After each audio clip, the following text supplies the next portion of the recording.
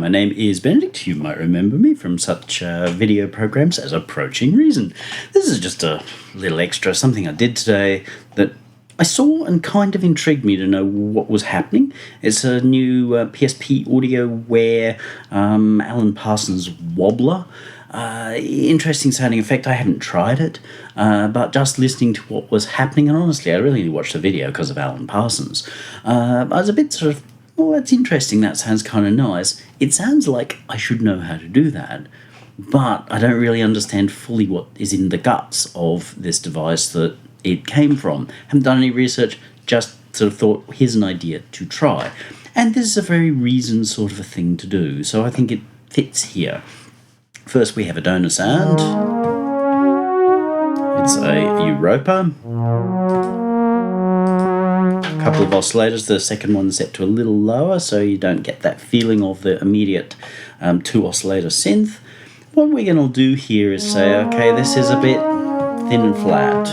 At the moment, obviously no reverb, no delay. We'll talk about that later. We're going to turn on the chorus. And while this is nice, nothing against this chorus, it doesn't quite have that old school magic to it. Yes, we can do something that I do a bit, which we can say, let's go with fast.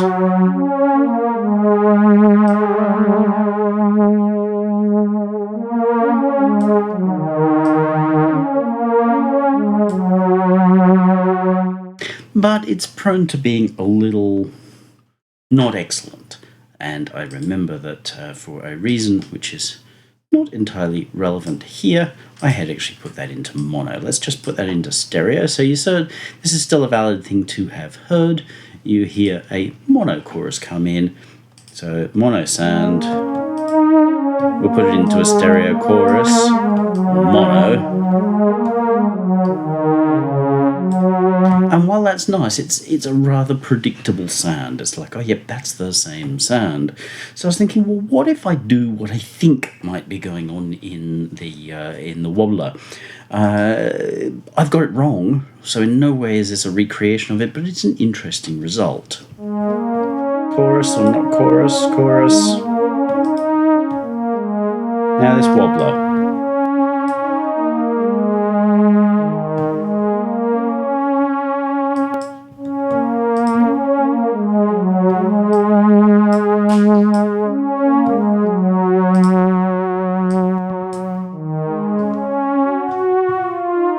We get quite a different feel. And that's obviously what interests me. It's like, okay, we're always after something a little different, but it does also have a more old school, analog 70s sort of a feel.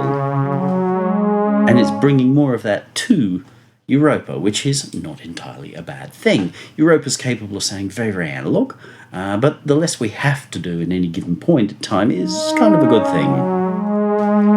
So what we've got here is just two devices, and being the Reason thing, I thought, hey, this is going to work out really quite easily. I think I know what's done. Again, I say I think I don't know what's done, but we've got an interesting result. So we can set our initial delay. I'll put it to 100%. So it can go into echo territory, but it's better when it's below. Oh, I'm in the new room. I've left the windows open because it's hideous hot, and actually my Minions shirt is really hot to wear. Shouldn't have put it on this morning. So you'll hear the blinds flapping around. It shouldn't be an issue. So we can set from a very short delay to a total of 500, but most of this is in the short arena. But that said, back then a lot of choruses used longer times. Unisons and things like that were actually longer times than we're used to using these days. When I started, sort of 12 milliseconds was the chorus time. Then I see it suddenly cut down to 9 milliseconds is the chorus time. Fashions, whatever, but I do like a longer one. It gets looser, flubbier, more 70s. We've got a drive just in the middle of it. I'm deliberately keeping that below the threshold. I don't want this to drive in this case, especially with a string. We've got our rate, which can go stupid slow, stupid fast, and then the depth.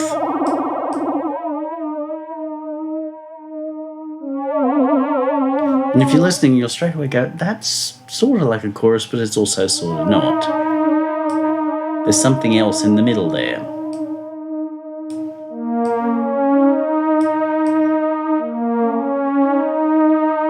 So if we set it up like a normal chorus,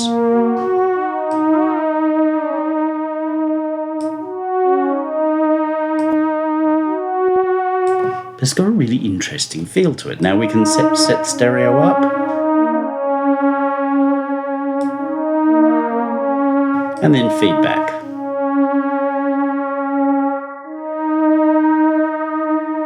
Which will get howly because of the method that we are using, and anything that doesn't howl is to me suspect.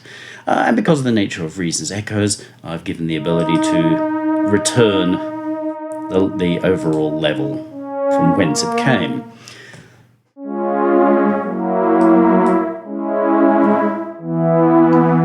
We're starting to drive a bit there. May also be because this is running a little bit hotter than we might otherwise want to be doing. Let's just pull that back. So dry.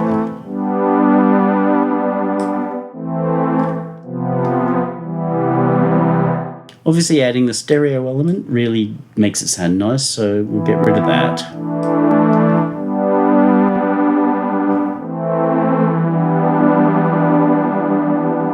Yeah, how it's adding several kinds of movement. Let's put in an echo, because we shouldn't have sounds so dry.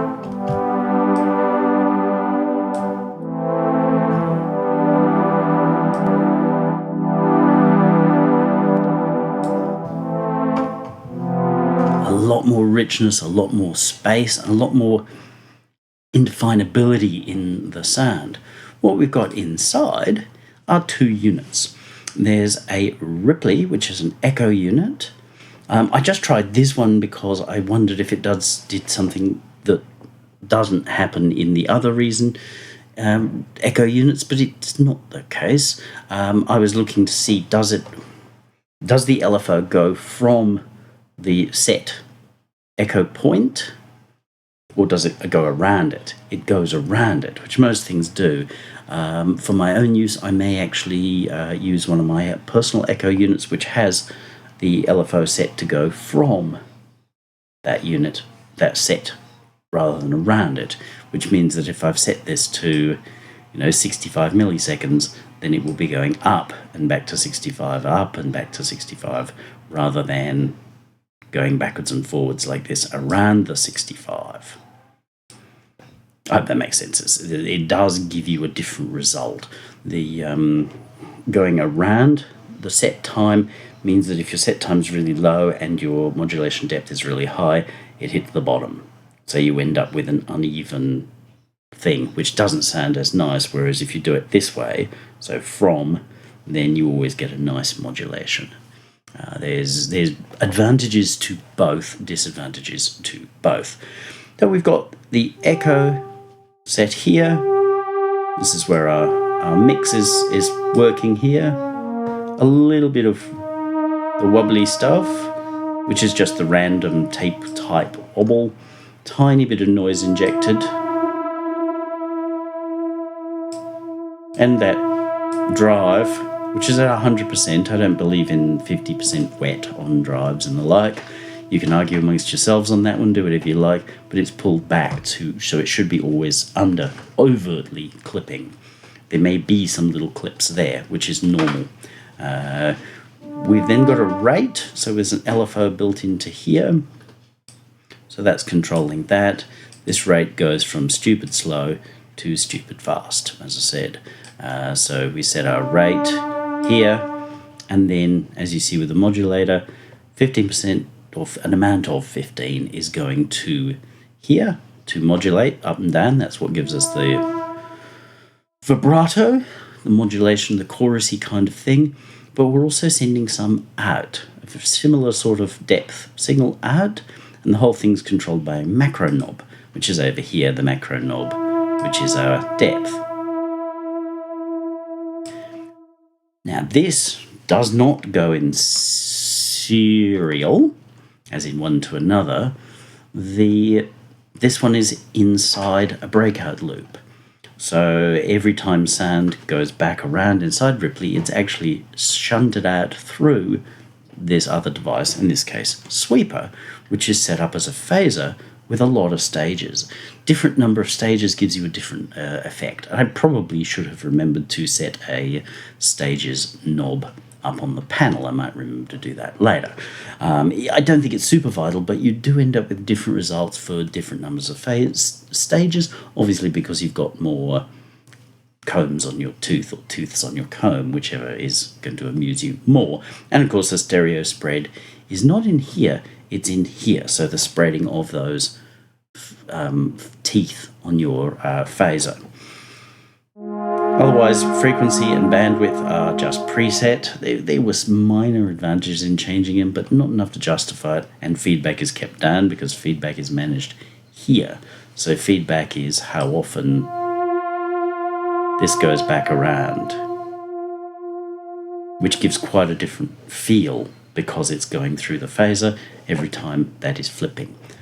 Because of this, I can turn off the dry signal in this phaser. Not all of phasers allow you to do that, which is necessary. If the dry signal's still in there, it howls like a thing that howls. This just mutes that, so you're only getting the wet because we're doing our mixing here. And so we end up with this really interesting wide signal, and I love modulation within my echoes, which also brings in phase shifts and what have you, but this is shifting and reversing phase kind of all the time. I could also put in another device inside here that inverts the phase every single time it goes around. I actually started there, but to be honest, I didn't really hear that much difference. But this movement of phase does match what happens in rooms as the signal bounces around. Obviously, we get phase cancellations and actually phase additions. A standing wave, where people talk about, I put bass traps in my corners like some kind of a numpty. That's because they're aware that we get phase additions. And believe me, if you don't know what you do, when you start treating your room, you end up with like a cuckoo sounding room. You think it sounds amazeballs because you made it sound kooky, but for the rest of the world, your mixers sound kooky because your room is weird. But whatever, that bit's your business.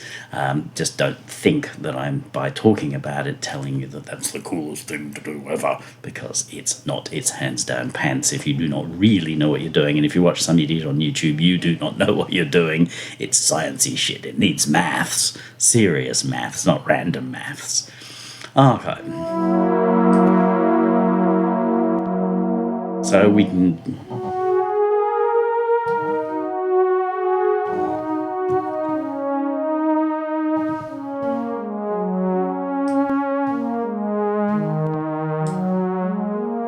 get this really nice natural feel, or of course go up into silly territory.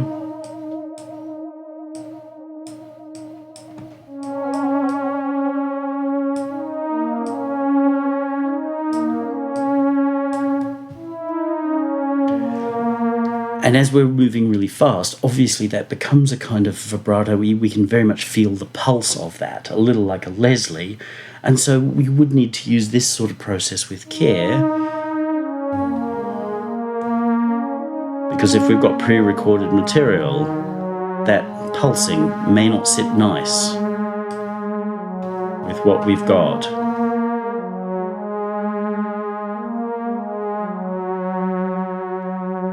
Or, of course, we could be doing what I'm doing.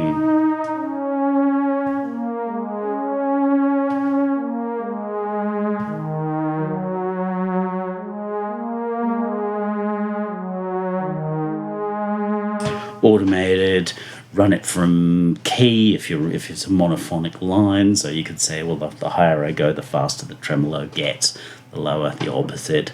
There's lots of ways, so that movement makes it less obvious. It feels like it's part of the movement of the piece.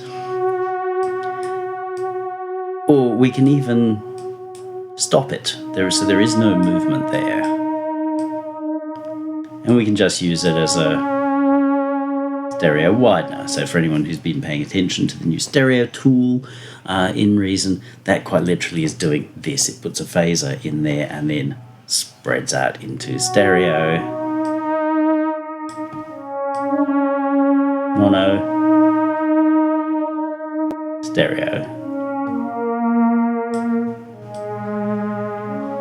And then you can wet dry balance that. Or if we want to move it slightly,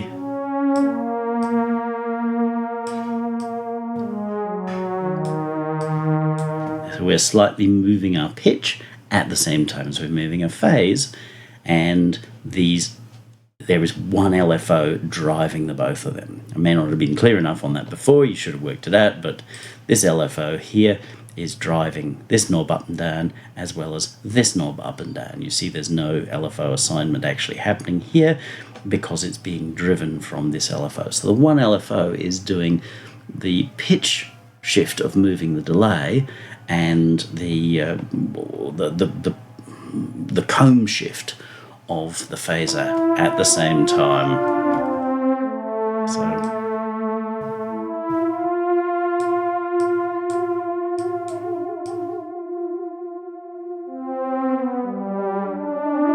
So that's an interesting process that can provide very pleasing ways of adding a chorus-like feel that feels a lot more natural.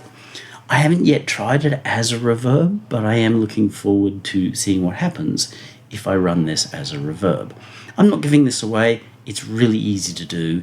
Reason's all about going, how can I do these cool things? Again, it's just signal into the Combinator, into Ripley, out from Ripley, and then we're running sweeper inside the feedback loop by going out, in, and then using the CV out here so that we can control the depth.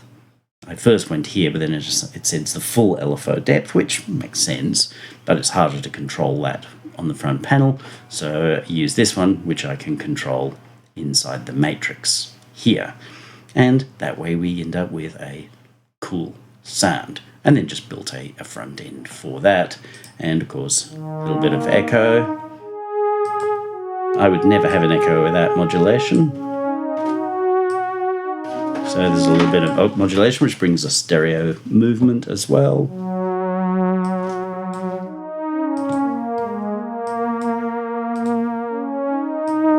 Dry sound.